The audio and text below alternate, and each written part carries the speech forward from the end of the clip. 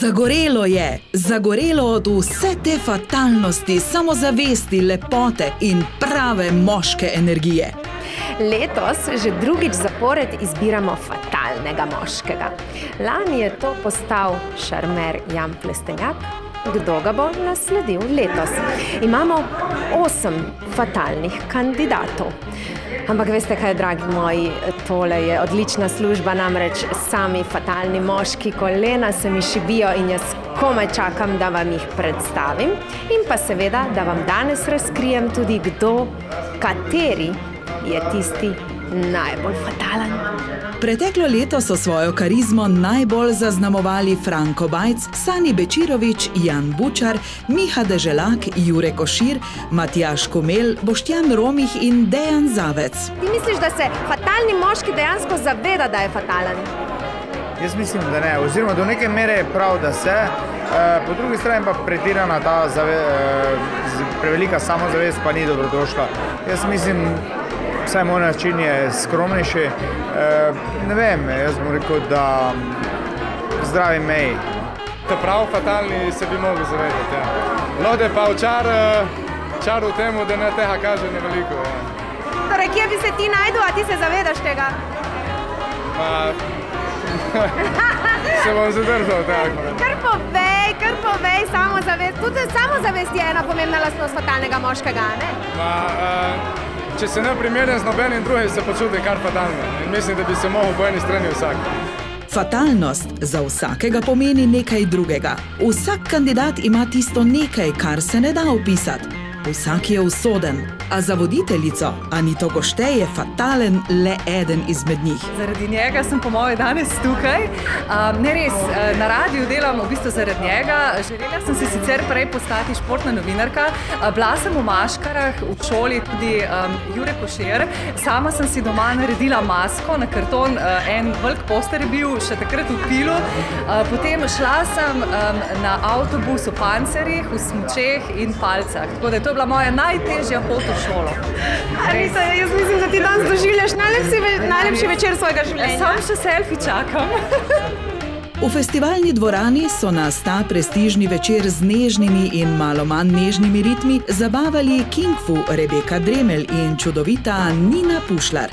Prireditev nas je z glasbo in večernimi toaletami popeljala v 20. leta prejšnjega stoletja, ko so kraljevale resice, peresa v laseh, jazz in Charleston. Kakšna pa je tvoja fatalna lastnost, recimo? Ja, jaz pravim, da tudi ženska me privabi z nasmehom, tako da jaz kar isto vrnem, no. Po moje je to. Takole. Ja, recimo. Super. S fatalnostjo se recimo rodiš ali to pride potem z izkušnjami? Kaj bi ti rekel? Jaz bi rekel kar z izkušnjami. Zaradi tega, ker življenje nas uči, ne? Tako da vsak dogodek, vsaka neka nova stvar, se naučiš nekaj novega in mogoče si malo bolj preveč premišljen na določene trenutke, ampak te pa zgradi kot človeka, ne? Tudi recimo kakšno potovanje in tako naprej. In to te naredi trdga, pa v bistvu tudi imaš neko posebnost oziroma neko osebnost zrasteš. Fatalna Miša Molk nas je z zanimivimi vprašanji popeljala skozi življenja vseh 8 nominirancev, nemalokrat dodala kakšno pikro in zabavno in nas svojo iskrenostjo pozitivno presenetila in nasmejala. Ste tekmovali za žensko, bi tekmovali za žensko? Definitivno bi. Sem tudi v preteklosti, imam tudi lepo anekdoto za ženo. Kajti, ko smo se spoznali, je bila malo zasedena. Malo. Svojega favorita pa si je omislila tudi Špela Grošelj. Samo to bom rekla. Mislim, da bom s tem dovolj povedala. Upam in želim si, da bo danes zmagal nekdo, ki bo fatalen. Neprijazen, nepriljubljen na Instagramu, ne mišičast, ne lep, ki bo fatalen. Zato izmed vseh je lahko samo to eden. In samo eden je lahko zmagovalec. Samo eden je lahko fatalni moški 2020. Lansko leto se je kipca veselil Jan Plestenjak. Med nominiranci pa je bil tudi simpatični igralec Tadej Pišek. Lani so nas vsi spraševali, kaj je to za te fatalni moški. ne vem, kako sem se znašel, dokler nimam pojma. Super je, da sem, ne. Ne, ampak tudi letos je nabor res takih fajn, energičnih. Meni je fajn, če ima neka oseba, karkoli že dela, da ima nek stav, da ve nek cilj, ve, kaj dela, no. Če še kaj dobrega zraven naredi, super. Tako da mislim, da so letos kar dober trofnali, no, tale nabor. Eleganca, lepota, zabava, odlična glasba. Sreča je, ko sebe poznaš in ko sebe rad imaš. In tako kot lani, fatalna pogostitev. Predjed je cvetača, tartufi, rumenjak, druga je pa sladica. Je pa ena sladica, ki je sestavljena iz bele čokolade, mango, pasijonka, banana. Torej v vsakem primeru lahko rečeva, da so to fatalne jedi, a ne? Seveda. Manjka samo še zmagovalec. Fatalni moški leta 2020 je Miha Deželak.